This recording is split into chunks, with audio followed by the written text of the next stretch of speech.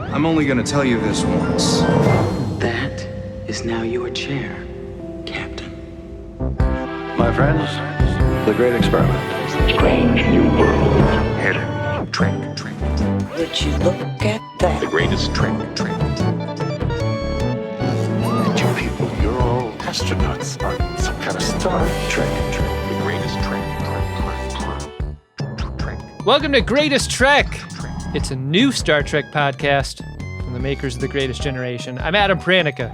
I'm Ben Harrison. How you doing today, Adam? I am feeling great about getting back into Strange New Worlds. Welcome back, all of the FODs who enjoy our show for its Strange New Worlds coverage and Strange New Worlds only. Yeah. Is this when Aaron Waltke drops off, doesn't listen to the show anymore? I think so. Yeah. Hey, I don't want to put you on the spot.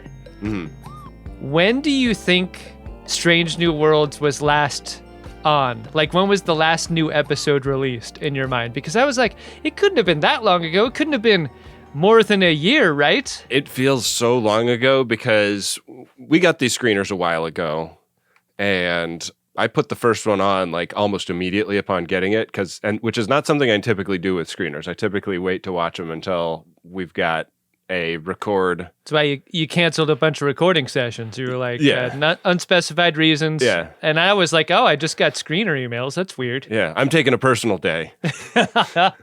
No, I just was excited to see it, and I fired it up, and I was like, man, I don't remember much at all about what cliff we were dangling from.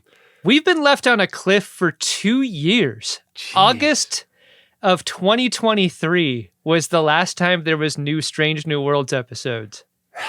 What the hell are they doing? And then, like, the day that we're recording this is when they announced that there will be a 5th and final season of Strange New Worlds, and it's only 6 episodes? What the fuck?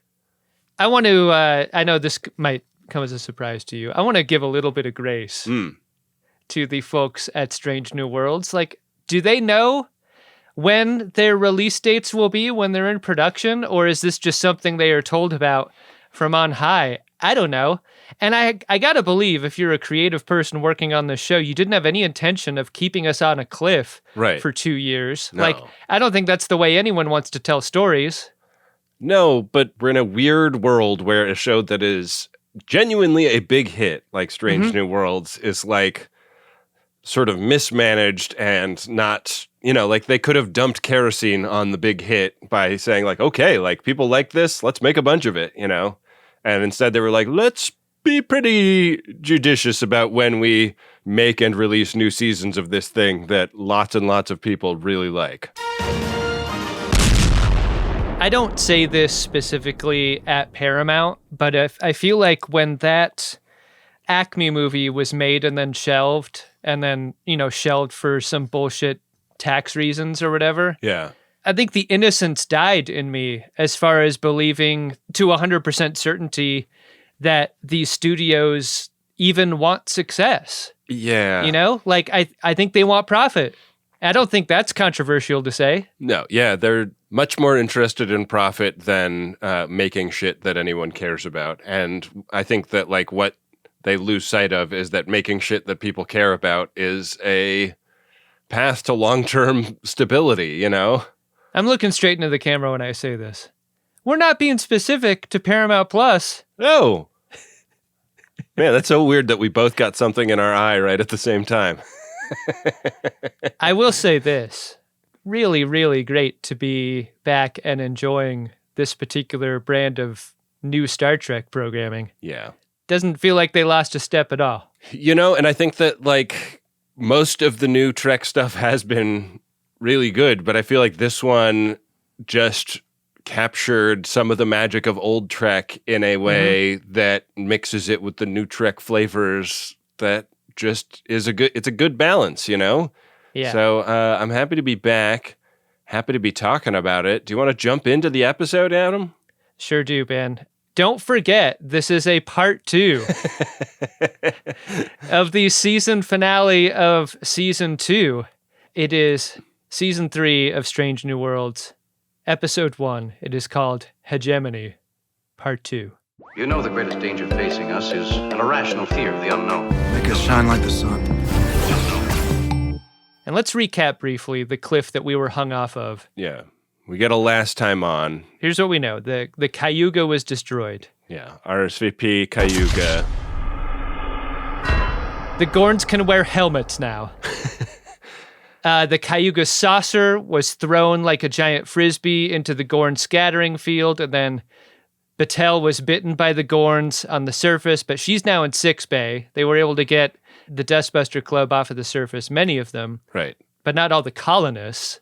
We met Scotty the engineer. Yeah, Scotty got beamed up, but like a big away team did not get beamed up. They got grabbed along with the colonists.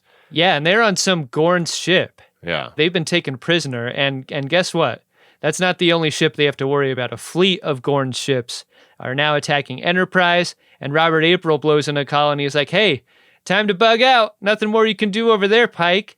And like the last moments of that season finale are like the Michael Bay rotating panic shot of a hero character, and Pike is the hero character getting all sweaty and confused. He seems paralyzed at what to do here.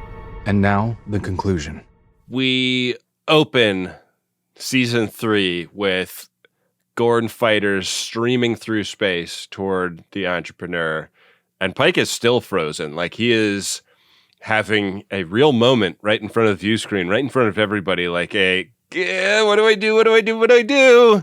And it doesn't seem like he has a lot of time to grapple with this because they are really getting pounded by these bad guys. That is why they kind of focus group the solution to the problem, or at least an answer to the question, that question being, what do you want to do? And what I love about this scene, this entire scene before the theme, is that this subscribes to that Trey Parker, Matt Stone technique of storytelling, using but and therefore instead of and then. Because a lot of ideas are proffered in this scene, but there's also a lot of buts that come after that sort of smash these ideas before they're able to be implemented. Like, everyone I know has a big butt. Come on, Simone, let's talk about your big butt. Yeah. I love the, caught you on a technicality, Robert April. You didn't say retreat immediately. You just said retreat. They're making a tableside idea salad in this scene, and we are tossing. Una's like, hey, maybe we should retreat and regroup, right? Like, after all, April said so.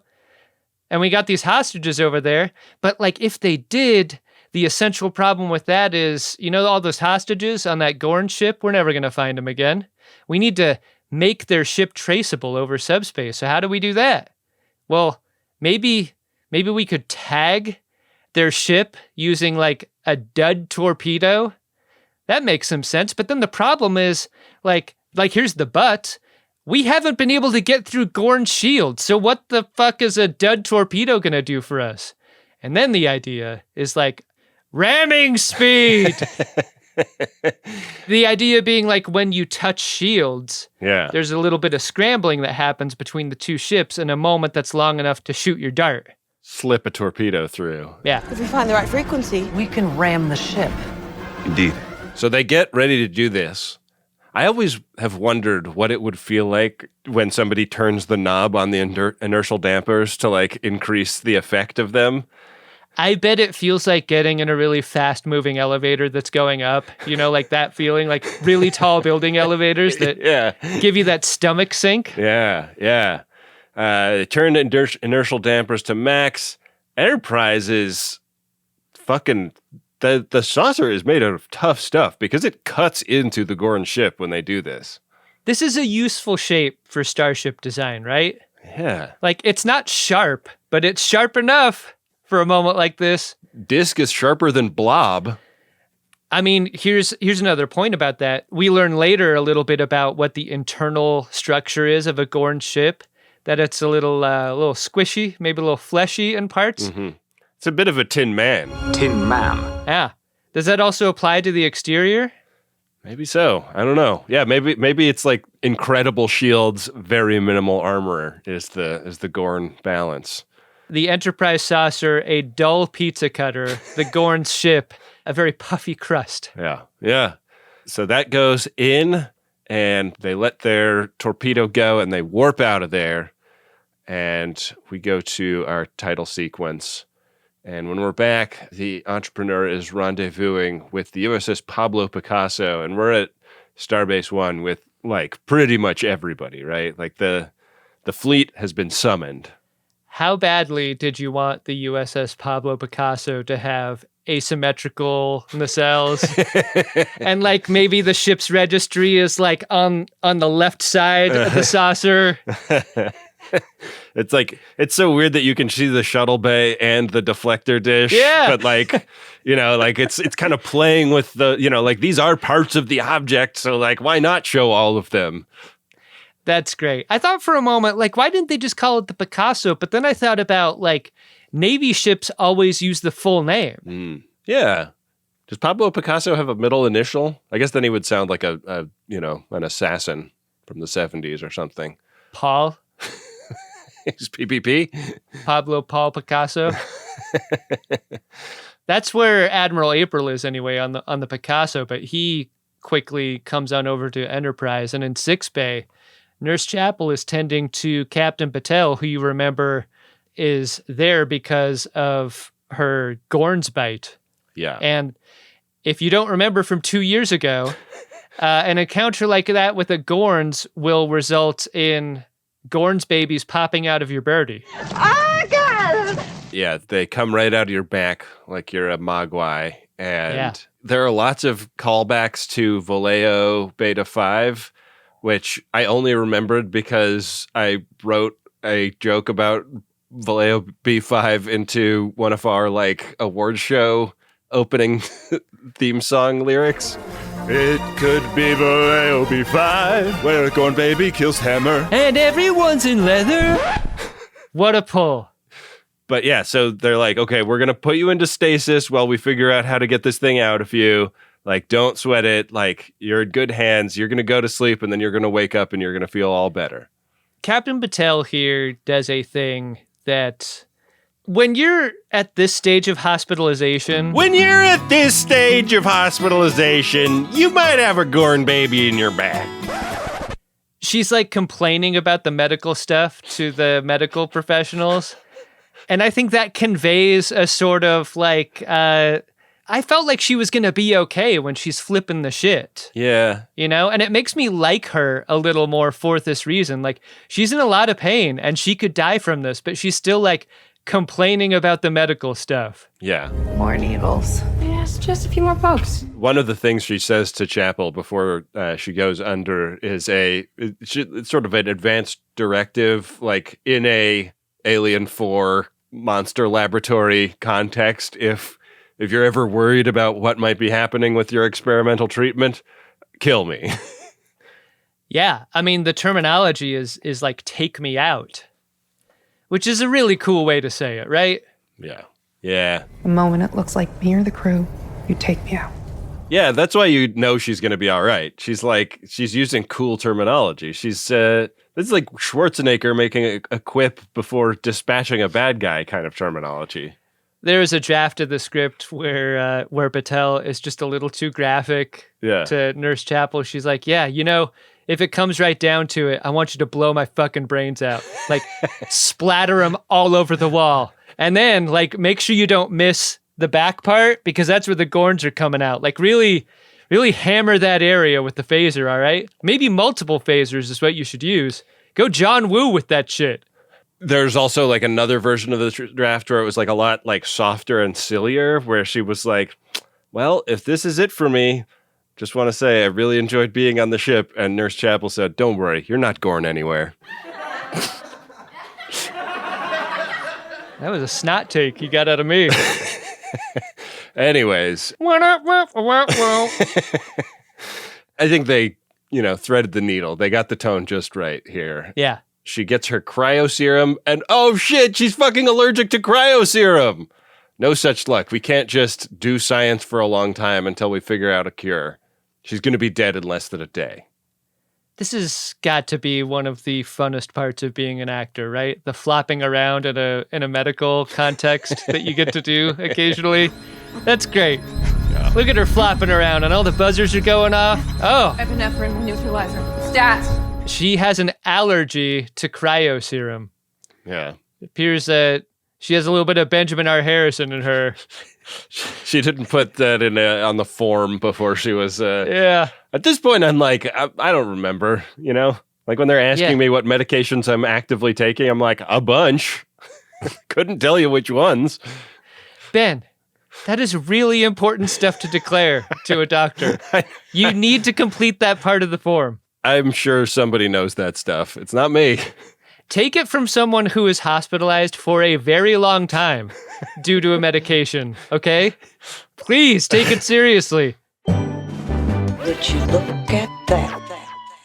There is some belly aching, like, man, if we had Mbenga, that would be great. And Chapel radios up to the bridge to tell Pike the bad news. And Pike is like, all right, well, absent Mbenga, like, second best scientific mind on the ship is coming down to you.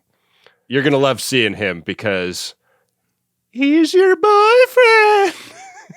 I like how this is done in soft focus. You know, like we get Pike center frame right in here doing the thing he does best, coaching her up, saying like, look, you're not the starting quarterback of 6 Bay, but you're the only one we've got right now off the bench, and you're going to have to win the big game.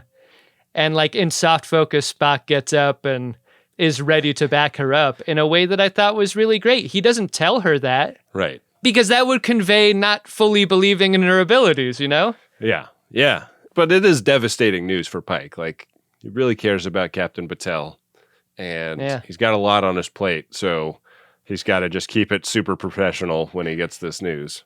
He has so much on his plate that you will notice he does not change out of his battle armor the entire episode.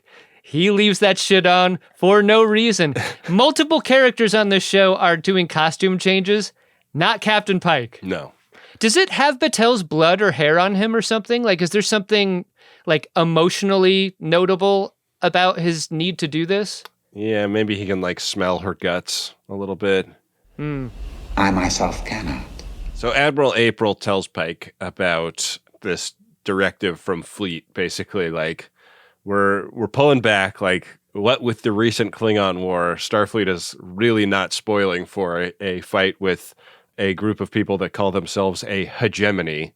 And that planet that you were at, you know, yesterday from our perspective, but well over a year ago from everybody else's perspective, that's outside of our jurisdiction. You may remember that is not a Federation world. There's this moment, I think, that capitalizes on a bunch of like banked wisdom and understanding about Star Trek here, because like they look toward the wall and the lines on the map and where the hegemony will operate and hold the line and where the Starfleets are meant to stay out of. And the point that Pike makes to Robert April is he's like, look, man, the line must be drawn here. And what happens when the Gorn push the line here? And then the line will be drawn here. This far, and then a little bit further, and then further than that still. This scene just goes and goes with the line being continually drawn here and here and here. April doesn't really get it, but he's like, you go patrol the neutral zone or some shit. Like, that's your official orders. Unofficially, like, see if you can figure out a way to draw the line here and no further. When Pike calls Admiral April Bob. Oh, come on, Bob. Apart from your reckless dogfight, these attacks do not involve the Federation. You kind of understand their working relationship a lot better with just one word, don't you? Yeah. It's pretty good. Do you know anybody named that you call Bob? We got a lot of Robs, no Bobs. Mm-hmm. My granddad's name was Robert. Yeah. Or Bob. Yeah. I never called him that, though. I think you've met a high school friend of mine who went by Bob. Went by Bob in high school, and I always thought that was a lot of fun. Bob's a great name. Yeah. Bring it back. Hey, you got any Bobs in Darone's daycare? That's really how you know when a name is back. No Bobs. You know, a lot of fun names, a lot of very traditional names. No Bobs.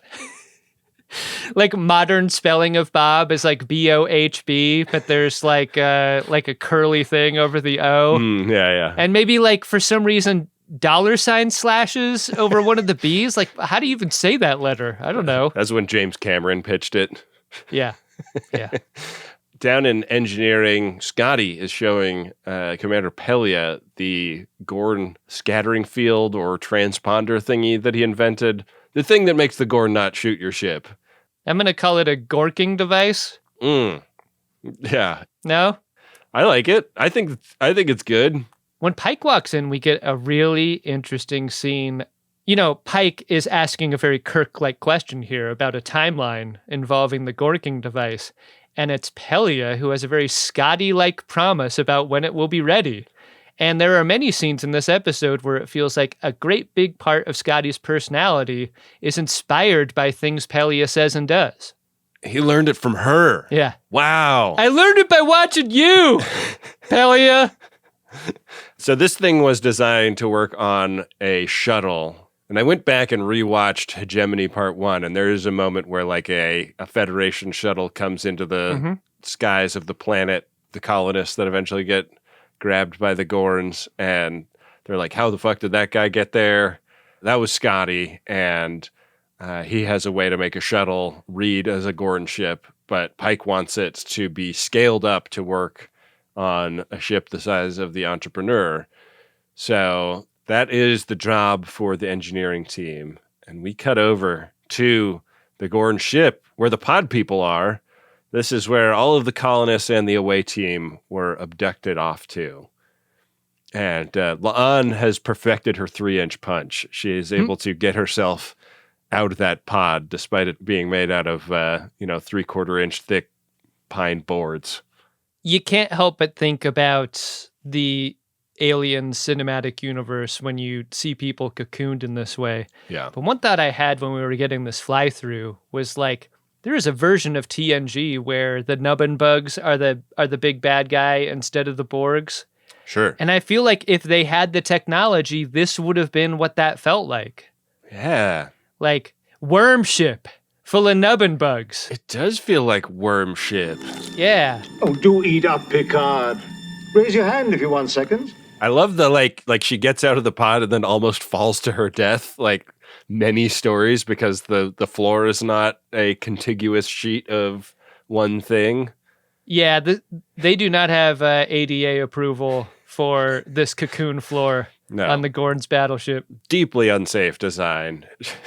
I love this moment where she's like in a panic. She saves her own life. She picks herself up and she's like, she talks herself through what she needs to do next. Yeah, she's doing like Stuart Smalley personal affirmations like, you're good enough, you're smart enough, and doggone it, you save the doctor first. Yeah, you do. And then it's Sam and then a bunch of others, including Ortegas, who is missing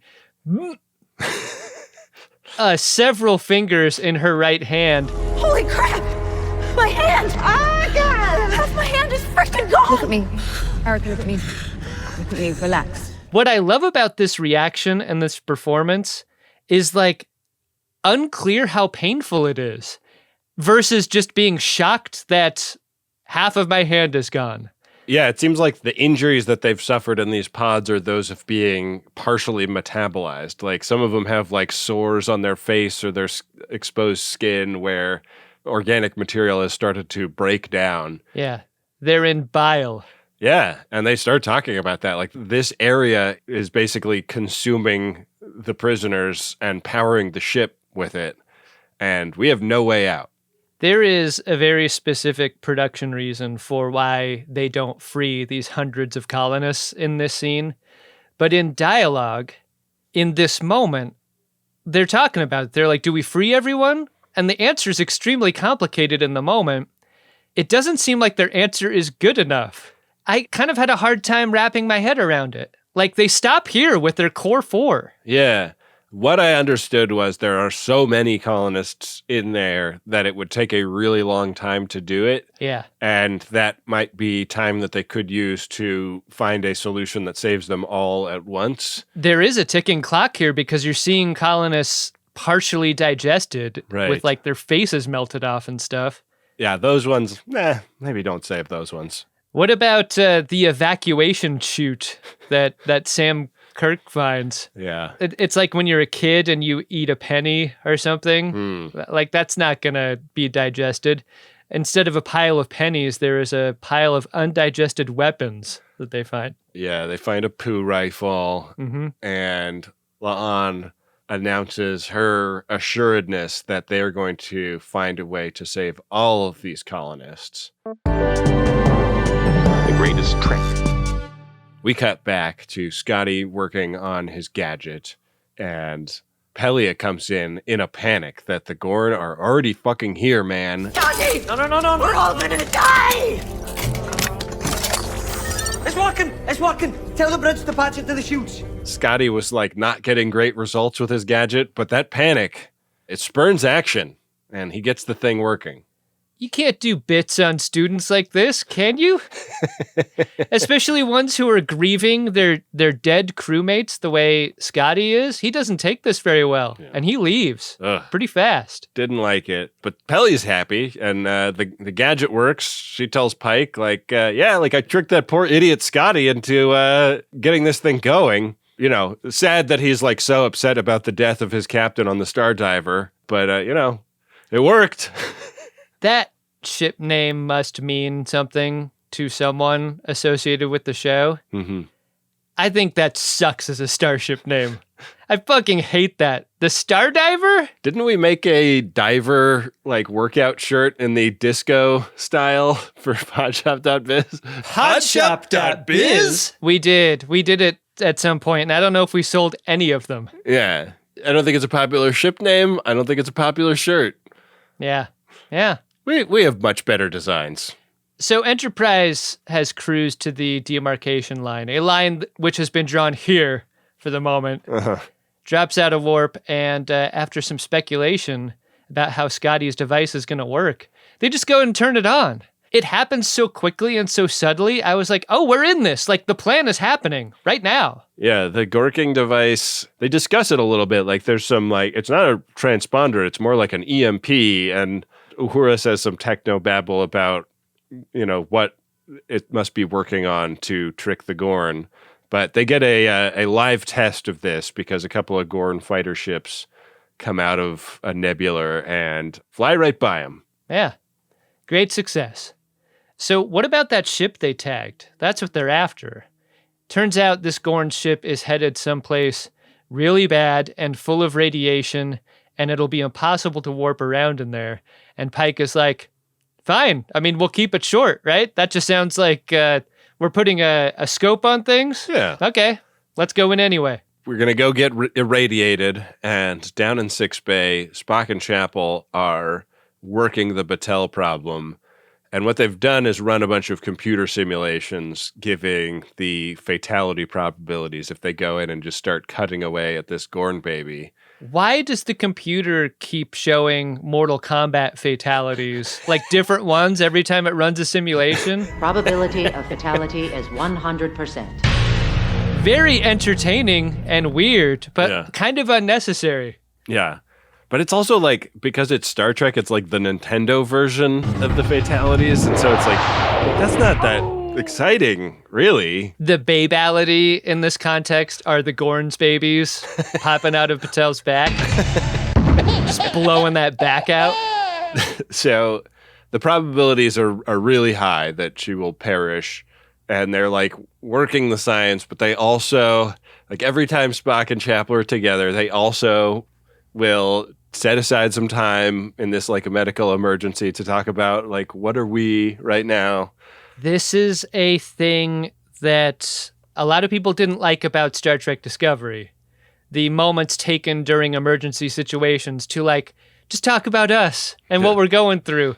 This seems to be touching very little that aspect while still taking the time to do it. Not constructing an entire scene around the melodrama, but taking the opportunity where it presents itself. They wrote it well enough that they're running simulations, so something is going on in the background that they kind of need to wait for while they have this conversation. I know you want to talk. I will be brief. She's like, I'm going away on this sabbatical. We're not going to see each other for 3 months. Like, don't do some bullshit like wait for me. Just like we're taking time apart. It's time apart. We're on a break. It's officially a break. Maybe while we're apart, Spock can study another broad. Spock doesn't get it. Yeah. Spock does get the idea of like just throwing shit against the wall and seeing what sticks when it comes to curing Captain Batel. He's like, well, what if we inject her with a bunch of Orion Viagra? See what happens there. Like Orion street drugs. She's not going to get an erection that lasts longer than 4 hours. Like, that's not a thing she can even do. Actually, that's kind of brilliant. What's Dr. Mbenga keeping in like the locked part of the medicine cabinet? Oh, you yeah, know? yeah. The part of sickbay where you have to show ID to get the medicine. They've got Orion street drugs on board. Yeah. Okay. I was recently in a Walmart in the high desert in, Eastern California. And I went to the pharmacy counter to buy like the Sudafed that you have to show ID for. Mm-hmm. I was like, man, this is like a little offensive. This is like cultural appropriation out here. Their culture is not my costume. Wait, how do you mean that? I'm trying to get it. Just like, it seems like a very methy place. Oh, sure. But you do what you can to get the behind-the-counter Sudafed, man. Yeah. That's the only stuff that works. You sure do. So they also come up with the idea that Una's blood plasma might help because she has that special blood that's genetically engineered to fight back in cases like this. Rebecca Romaine is an X-Man. Yeah. Of course your blood can help. So this is illegal, but hey, like, are we even in Federation space right now? Who can tell? Yeah. Yeah, who knows where the lines are going to be drawn in the next scene? Are they going to be here? Or are they going to be over here? Back on the Gorn ship, we've got our core unit, our core team of La'an, Dr. Mbenga, Sam Kirk, and Ortegas, and they've agreed on a plan. They're going to somehow access a fleshy Gorn's computer and use the transporter to get the hostages to Enterprise. There's some sort of transport codes that they can get from this computer. Once they get those codes to Enterprise, Enterprise will be able to beam them out. It'll be great, right? But how do they get these codes off of the ship into Enterprise? Steal a Gorn ship, obviously. Duh. Can Ortegas fly with 7 fingers, though? Don't be rude. Of course I can. There's like a moment here where this plan is agreed upon where there's like some serious doubt. I would say they're 70% confident in the success rate of this plan, and they go anyway. They're like, as long as the controls are like bowling ball hole or more simple than that, we can do it. Yeah. That's a great point. I have not clocked how many fingers or claws the Gorns have. Are they 3-fingered lizards? Man, I don't know if I've taken a close look. And is that why the whole thing works later? With Ortegas flying the ship? Does the Godzilla suit one that Kirk fought in the original series have fingers? You need fingers to pick up a boulder. Yeah. Wing that thing across the desert. So on Enterprise, Uhura and Una give a book report about the Gorns in the conference room, and solar flares are a thing known to be what attracts the Gorns the most. And Pike's like, skip to the part that I don't already know. Yeah. This seems to be something that follows from what Uhura was saying about how Scotty's Gorking device works. Mm-hmm. They figured out that there's types of stellar activity that cause Gorns to go into feeding frenzies, but there are also types of stellar activity that cause them to become docile and go dormant. So we could, based on like the solar forecast, be looking at a long period of Gorn aggression, but we could also use this knowledge to artificially trigger Gorn sleepy time. They refer to a lot of previous study about the Gorns. Like they've gathered all of these reports and stuff from folks who've gone out in the field. Real Timothy Treadwell types who thought they could go out and like camp with the Gorns and study them. And then like they have the audio tape of this guy dying. Yeah. Doing this. Yeah, I mean, it's a lot like that time that we heard the tape of 7 of 9's parents dying. Yeah. You know, it's like, you should never play this tape for 7 of 9. And in the scene, you're like, I mean, is this a good time for a bit? Yeah, by Uhura and Una? Like, they're both doing the voice. Why are they doing the voice? You got to take time for fun. Yeah. Sometimes. Yeah. Hey! Cheaters don't deserve Nausicaan Latinum!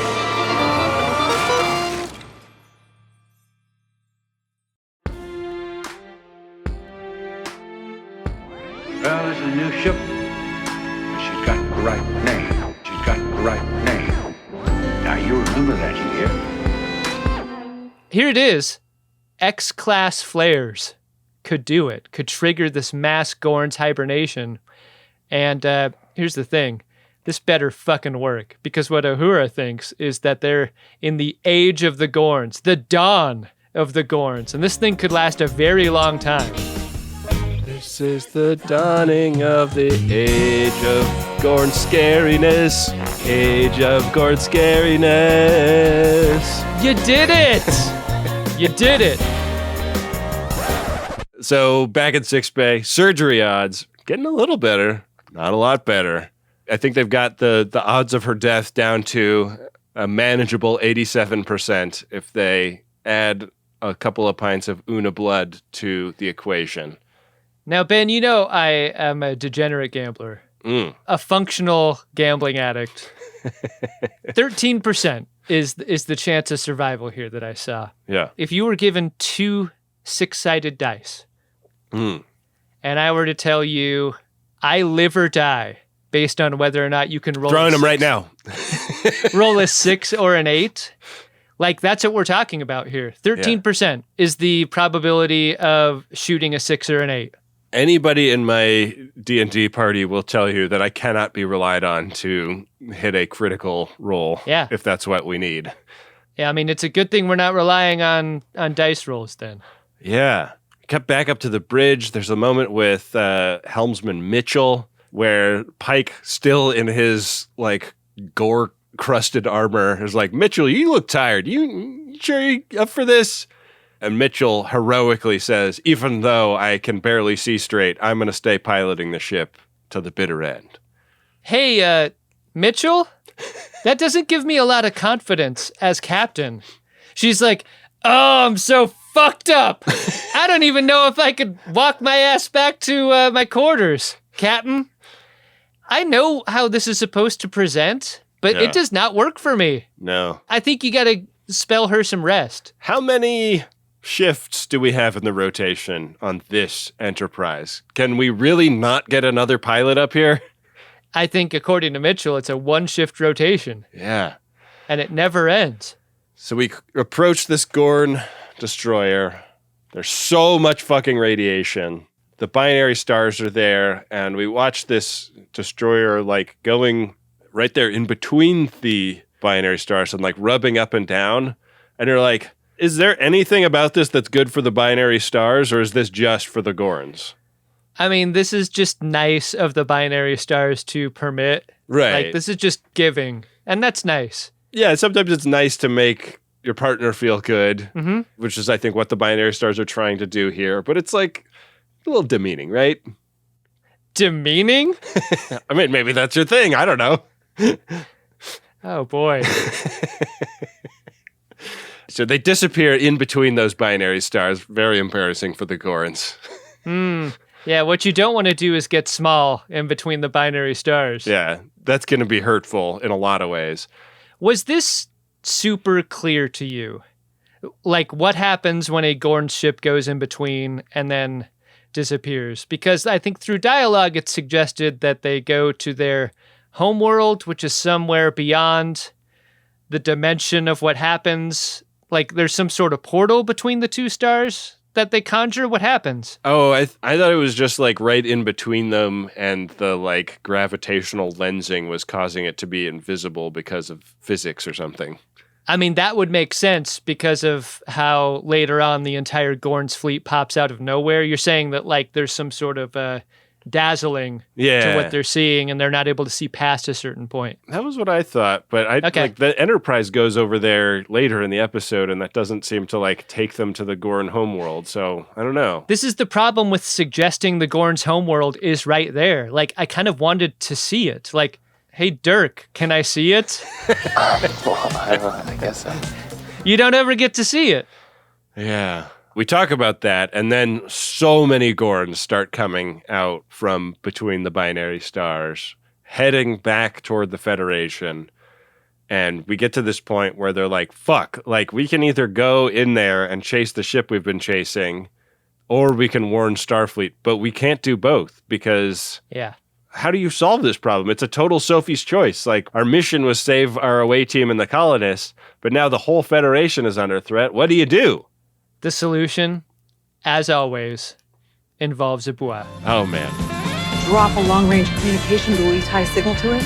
Communication buoys deployed. I feel like somebody is in the writer's room getting as many takes on the word buoy as we get in this scene. A buoy is going to allow them to keep track of this ship while at the same time retreating, which is what they got to do. Meanwhile, in Six Bay, they have decided that 13% chance of survival is going to have to be good enough for Captain Batel. So Spock and Nurse Chapel have gotten into spacesuits to start this operation, and they're scared. Like, death feels very much on the line to them in this moment. Not just Batel's death, but their own. Like, they are sealed inside the surgical bay. Yeah. Behind the force field. And the visual language of that is like pretty different from like your average Alien Cinematic Universe moment, but the shape of that room really reminded me of the lab in Aliens where they're running from the face huggers or like crawling around under the lab equipment. I thought it was a nice little homage. Yeah. Even if it's very subtle.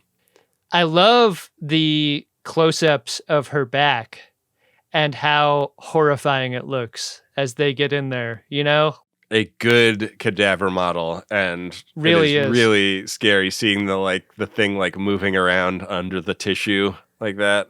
Yeah, the tissue has gone a little bit transparent, and you can see the little Gorn's baby in there. Yeah. Ugh. Feel like you're watching this on Reddit/r/popping right now.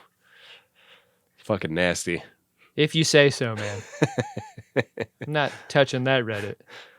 Pike up on the bridge is thinking chase the Gorns to try and stop them, but A, they're not going to be fast enough because they can't go to warp inside this star system, which the Gorns seem to have solved. And B, like their weps don't do shit to Gorns, so he wants Pelia up here to help him solve this problem.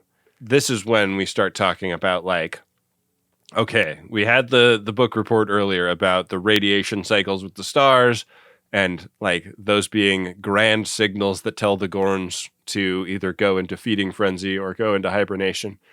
Could we send the sleep data sleep signal to the Gorns? And Scotty shoos somebody aside and gets on a computer and starts showing him how it's basically impossible to turn the ship into a star. But Pelia is like, not so fast. There is a possibility. It's a 1 in 1,000 chance. Yeah, I don't know. I like those odds. We'll just turn it off before we blow up. Oh, buddy. Those are bad odds. Not even I would bet those odds. Yeah, but it pays so big. Yeah, pretty big upside. Gotta do it, man. If this hits... If this hits, I'll never have to make this show again. I'll be free. The greatest trick is yet to come. With bad odds all around, surgery starts on Batel, and like just as Chapel is about to start cutting, Spock is like, wait, what if we don't actually? I love this device that Nurse Chapel holds up like above what is effectively a mole hole and like a mole trap. Because like the promise of this device is we're going to see it like go like... Yeah. Like when they get the tracker out of Neo that went into his belly button, like we're going to see it come up into the glass piece at the top. Jesus Christ, that thing's real! But Spock's got a novel approach, an outside of the box idea, which is instead of operating on Batel, let's operate on the Gorn. Like Una's blood will help her reabsorb all the like infections that happen if we kill the Gorn inside her body. Spock's like, it may be possible to feed the baby Gorns inside her by curving my middle and pointer finger just so.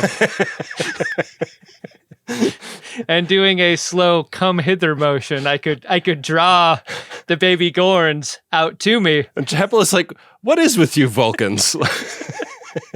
What's with you Vulcans and finger stuff? There's a lot of discussion in this moment about, like, we don't have time to run a simulation. We're just going to have to take it on faith, Adam.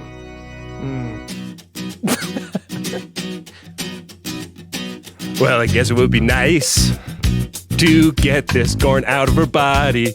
I know not every captain is infected like Batel. But before we slice, we can't run simulations. We'll just hope Una's spare blood can save the captain's bell.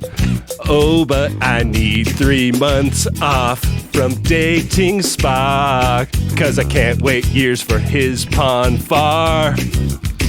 Why do Vulcans use fingers instead of cock?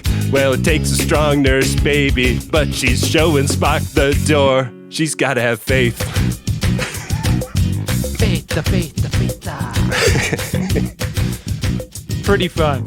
Yeah. I love when we're around the same joke, saying basically the same stuff, and then one of us just fucking opens the NOS valve on it. I felt very fortunate that you brought the finger stuff up. Yeah, that was great. Because I had the same thought. 9 years of doing jokes about Star Trek together, man. Yeah, that's what you get. That's what you get. Back on the Gorn ship, the away team are sneaking around, and they finally find a squishy computer. Lon has had a few moments of PTSDing where she's flashed back to her brother Manu and her experience on the Gorn breeding planet. And she has another one here, but Mbenga calms her down, and she turns on the computer and is pretty quickly able to find the transport codes that they're looking for. But the second she's got them, Gorns come barreling around a corner down a hallway, and this turns into a great big firefight. How about this swarm? This swarm isn't just crawling on the floor, they're like crawling on the ceiling of this cave. It looks great. Yeah. It's got some Suliban in them, these Gorns. And they start shooting their shit weapons in reaction. Yeah. Pretty great. Turns out there's what I'm going to call a boss Gorn. Like there's a bunch of littles, and then there's a boss that looks like it's about to kill Ortegas. Yeah. Right? Ortegas is in the grasp before Lon shoots it point blank, and it explodes like Billy's mom nuking a gremlin in the microwave. This thing is pudding after this shot. Really fun, like B horror, like blood and guts effect in a great way. Yeah. That being done, they run toward the ship to get away from the rest of the onrushing Gorn hordes. And the entrepreneur flies in between the binary stars and is getting ready to do their like simulated coronal mass ejection thing that they figured out. This is all happening like cut back and forth. There's a really great shot here when they start, cooking Enterprise, where they're like super duper close up to Pike's eye in profile and like only his pupil and his eyelashes in focus. I just thought that was really artful and neat. Like there's only a second or two of that shot. And that's like one of those things when you're in production, you're like, I have an idea. It'll take no time to do. Let's just get it and maybe we'll use it or not. Like that's what that felt like. Like, let's just get something arty and weird. Yeah. It was cool. Yeah. The away team gets into their Gorn ship that they're going to jake, and Mbenga can't fly it, so... Mbenga holds up 2 5-fingered hands and like shrugs. I was like, I don't know what to do with these. I don't know what I'm saying. I should probably go. Ortegas is kind of flopped onto the control apparatus. 2 3-hold bowling balls like rise up into the navigation booth. Now, is Ortegas working her way back and forth between those bowling balls for her or for the bowling balls? Who is this for? She gets him out of there. There's this kind of repeated shot of her blood like pooling up on the control surface of the craft, which I wondered if it was significant because of the way they keep coming back to it. I thought there would be some sort of mixture of the blood and the ship that made things interesting in some way. But I think in the end, we learn it just conveys that she's bleeding out. Like she is sacrificing herself for this crew and getting them safe. Yeah. Did you interpret it any other way? Like I kept waiting for, the blood's running into a thing and then something bad is going to happen. It has the energy of, like in a Jerry Bruckheimer movie, there's a wheelchair basketball team crossing the street. Like we know that the car chase is going to interact with this eventually. Or like the worst possible, like for some reason I have a blender on the corner of my desk and Smoothie has gotten in between the keys of the keyboard and you're like, fuck! Like Ortegas is pissed at her blood creating a problem with the buttons and shit. That's not a part of it either. I am going to put my money, I'm not a betting man, but for this I will make an exception. I'm going to put my money on there being something significant about this blood on the computer situation. Yeah. I think that's fair. Here's the reason why that feels like a safe bet. It's not just one shot. It's a sequence of shots. To it. Yeah. Over and over again. Like more and more blood over more and more of the thing. Yeah. So I think this is a good bet. Okay. I'm going to cover that bet, Ben. That means I'm putting my chips on top of yours. Okay. Hull integrity is approaching critical on the Entrepreneur, and then they succeed in doing the coronal mass ejection thing, and the Gorns go home. And there's this like whole sequence where like everything is like super overexposed and everybody's shaking and like yelling responses to commands in slow motion. And when everything calms down, it's like, we got all of the colonists out. Like the codes were transmitted. They're safe. The one ship with the away team is still out there. They're safe. And we're going to beam them aboard with, a medical team waiting for them. Like everything we set out to do at the beginning of this episode has been accomplished in that moment.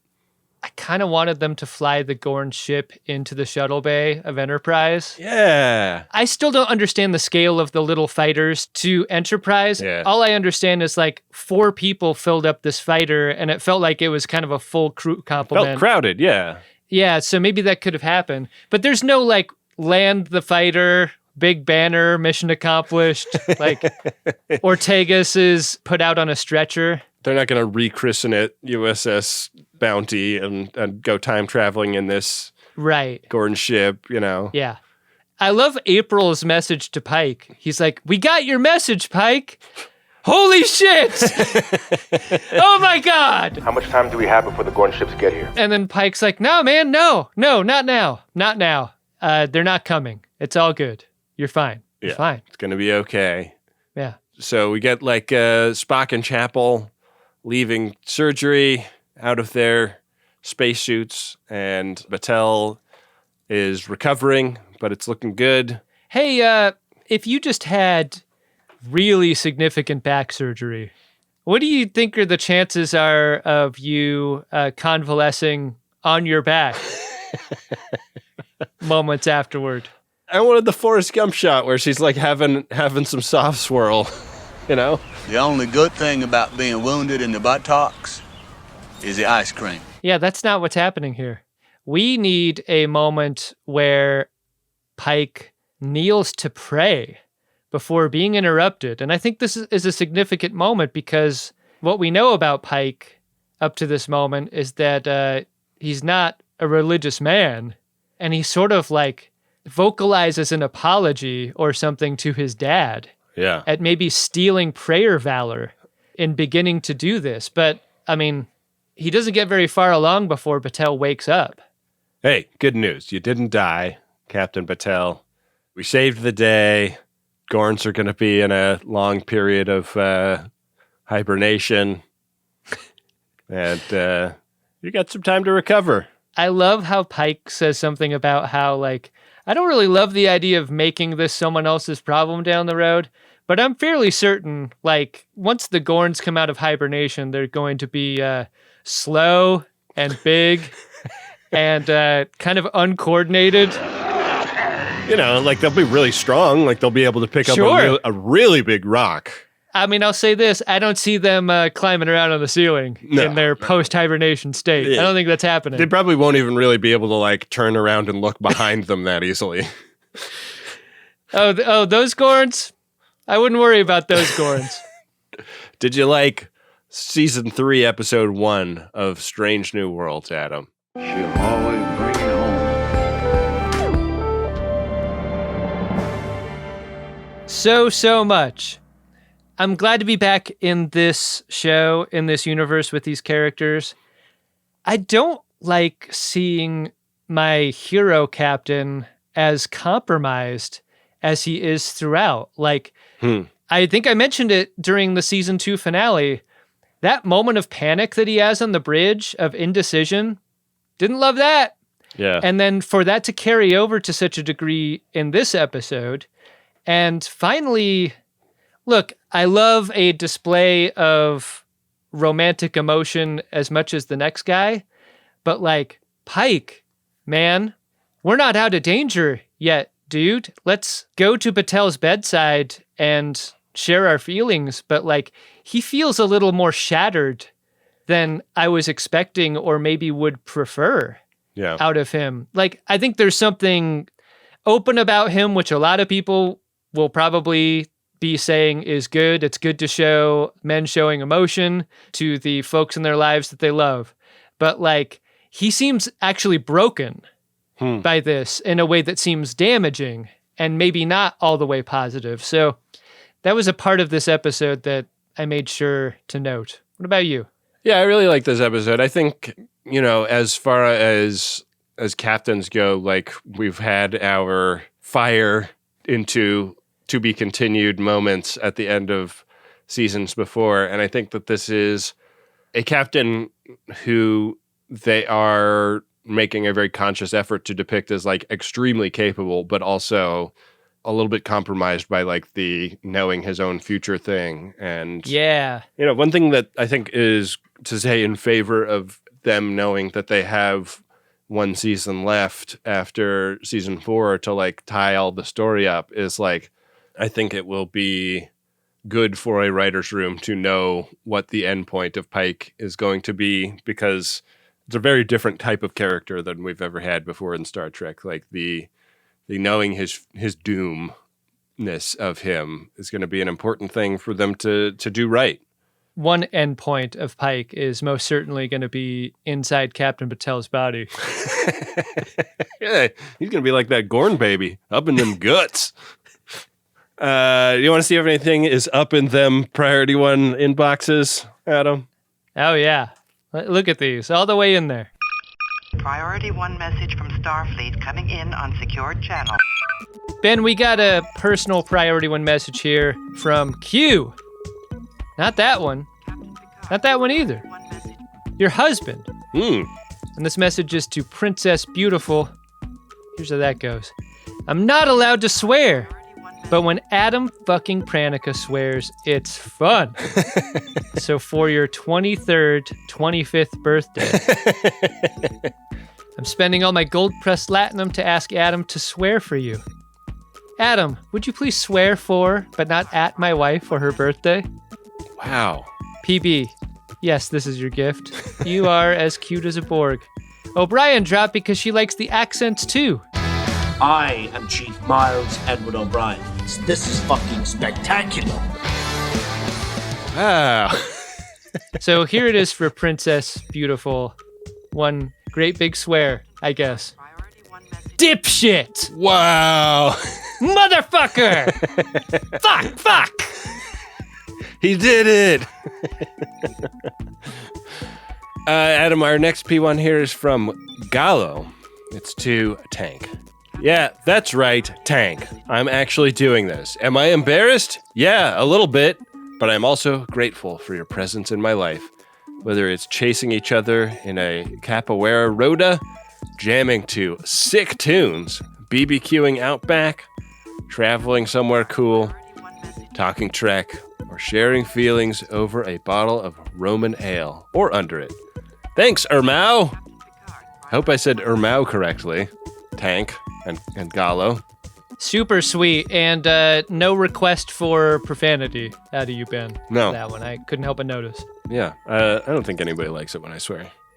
And I don't blame them. It is off-putting. Yeah. It is troubling. Deeply. Almost as bad as when I try to sing a George Michael tune. Well, last we'll hear anything like that, hopefully. Yeah. Well, if you've got a Priority 1 message, guess what?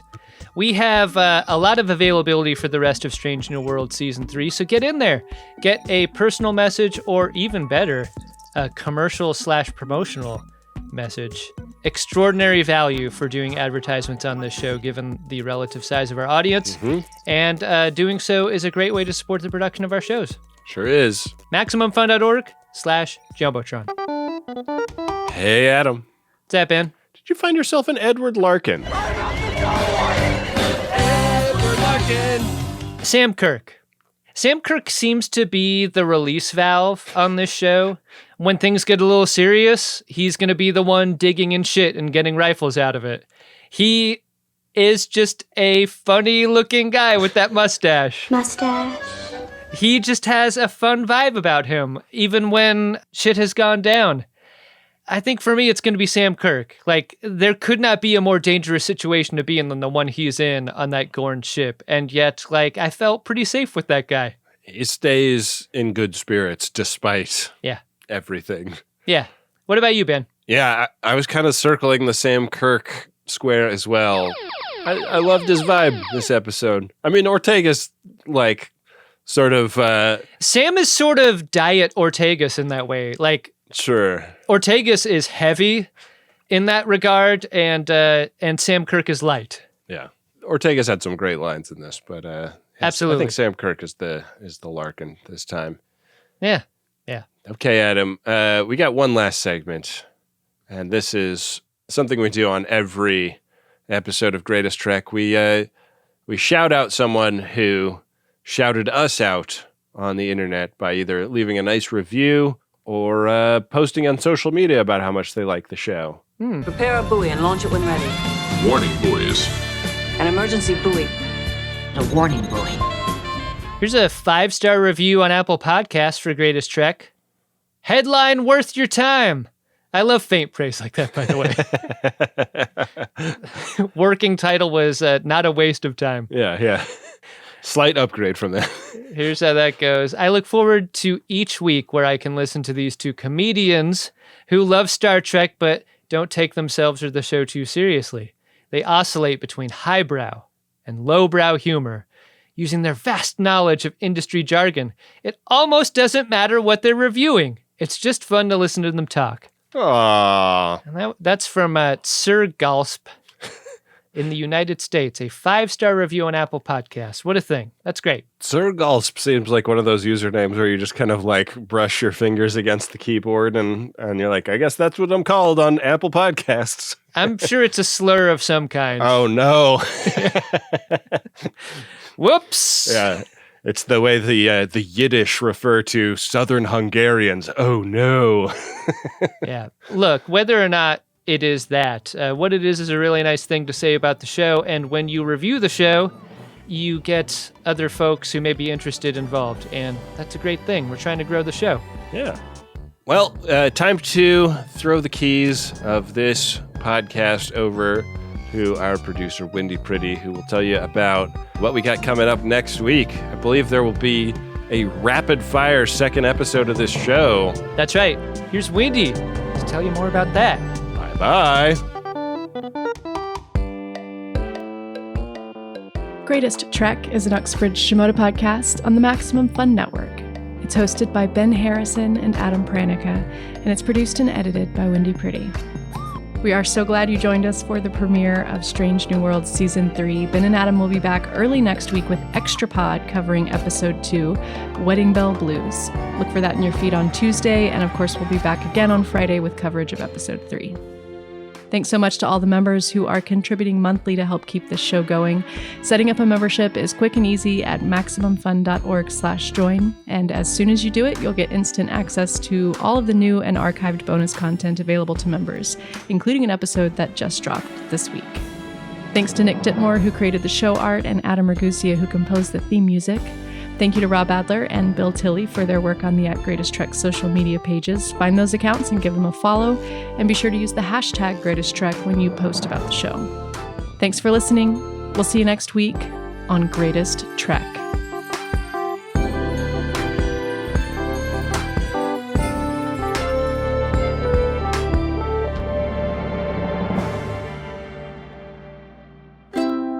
Maximum Fun, a worker-owned network of artist-owned shows. supported directly by you.